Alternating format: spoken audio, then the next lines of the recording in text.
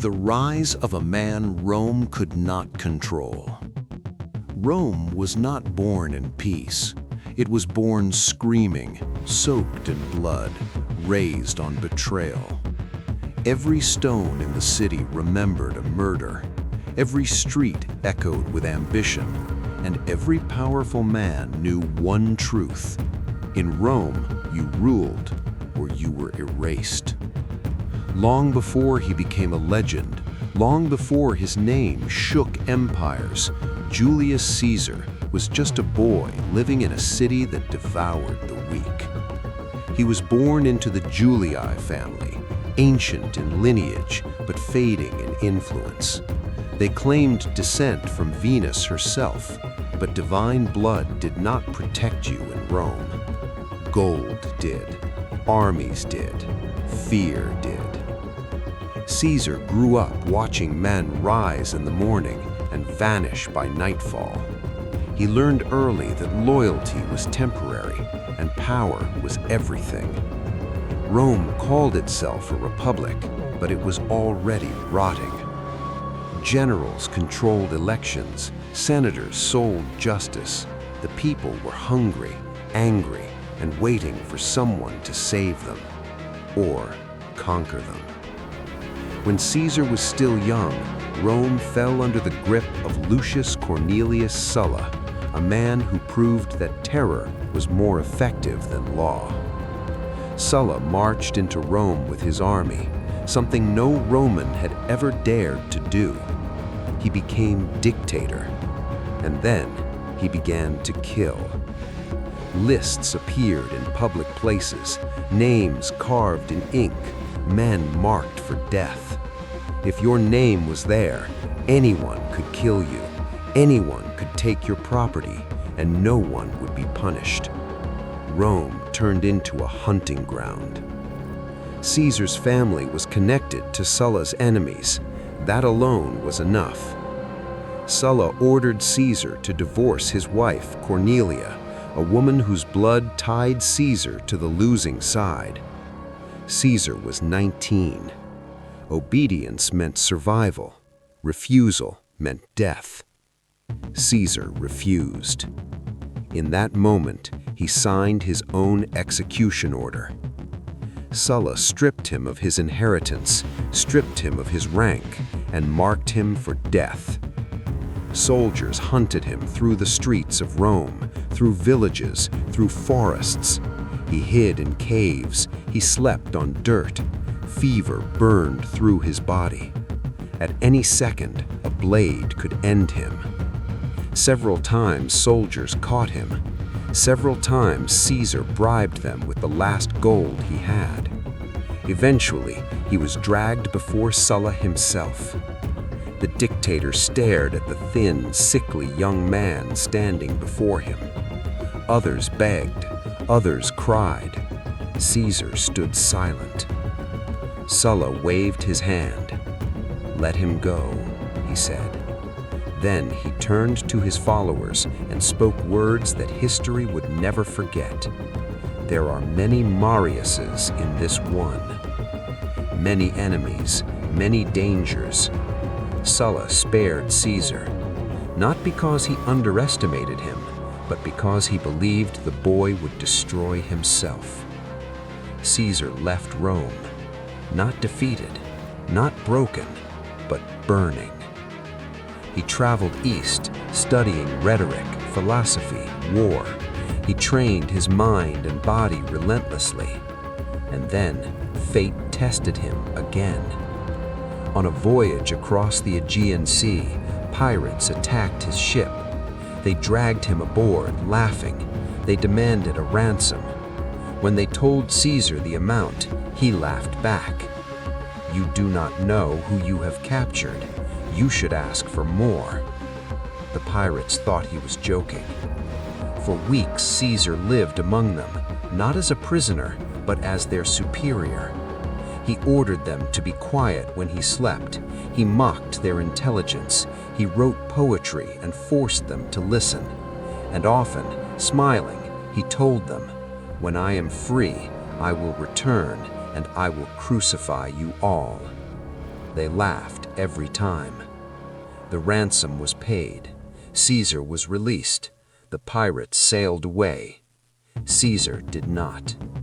He gathered ships, hunted them down, captured every last one, and he crucified them all, after mercifully slitting their throats first. This was not cruelty, this was certainty. This was a man who never made threats he did not intend to fulfill. Caesar returned to Rome changed, sharper, more dangerous. Rome barely noticed, yet. He began his political rise quietly, strategically. He understood something most men never did. The Senate ruled Rome on paper, but the people ruled Rome in reality. Caesar gave speeches in the streets, not the halls. He paid for games, feasts, spectacles. He drowned himself in debt to buy loyalty. His enemies mocked him. They called him reckless, irresponsible, but the crowds cheered his name. Behind smiles and generosity, Caesar was calculating every move. He allied with two powerful men, Pompey, the greatest general of Rome, Crassus, the richest man alive. Together, they formed an alliance that controlled Rome from the shadows. Caesar was elected consul, and immediately the Senate realized their mistake.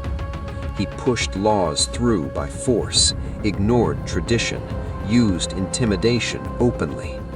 Enemies tried to block him. Caesar stood before the people and asked one question: "Do you want this law?" When they shouted yes, the Senate was powerless. Rome was changing, and the old elite hated him for it.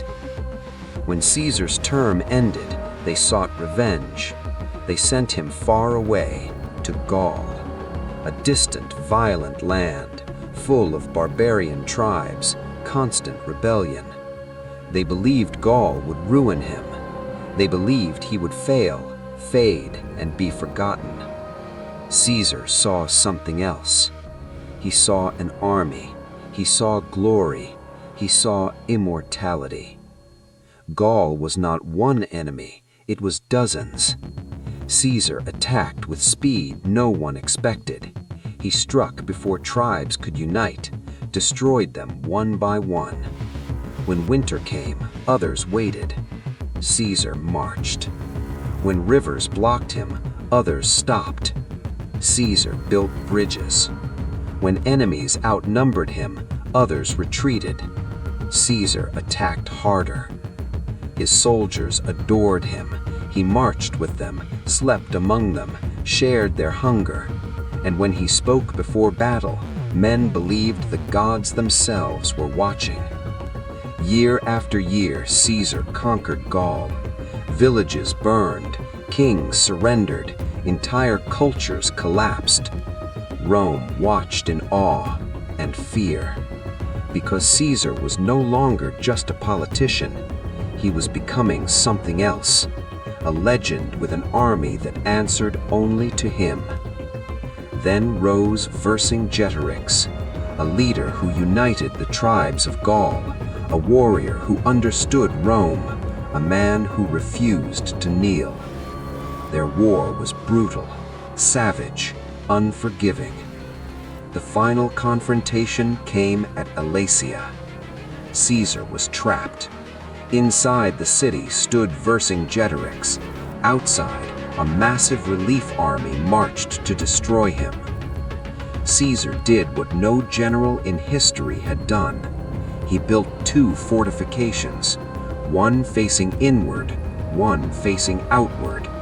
Surrounded, outnumbered, starving. Still, Caesar did not retreat. When the final assault came, the world seemed to end. Screams, steel, blood. For days, death ruled the field. And then, silence. Gaul fell. Vercingetorix rode out and laid his weapons at Caesar's feet. Caesar had conquered an entire land, but Rome was terrified. The Senate saw only one thing: a man too powerful to control. They ordered Caesar to return to Rome without his army. It was a trap. Without soldiers, Caesar would be prosecuted, humiliated, destroyed. With soldiers, he would be a traitor. Caesar marched south. He reached a small river, the Rubicon. Crossing it meant civil war. He paused. Behind him stood legions loyal beyond reason. Ahead lay Rome, his enemies, and destiny. Caesar looked forward and stepped into history. The die is cast. He crossed the Rubicon